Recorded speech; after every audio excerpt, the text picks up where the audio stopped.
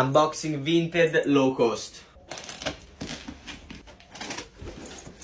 Prima giacca anni 70 di Topolino, come possiamo vedere dai bottoni e soprattutto da questa stampa di un fumetto di Topolino. Prezzo per questa ve lo dico dopo alla fine. Seconda giacca, sempre colorazione leggermente scura, e poi soprattutto l'ho comprata per questo dettaglio dentro.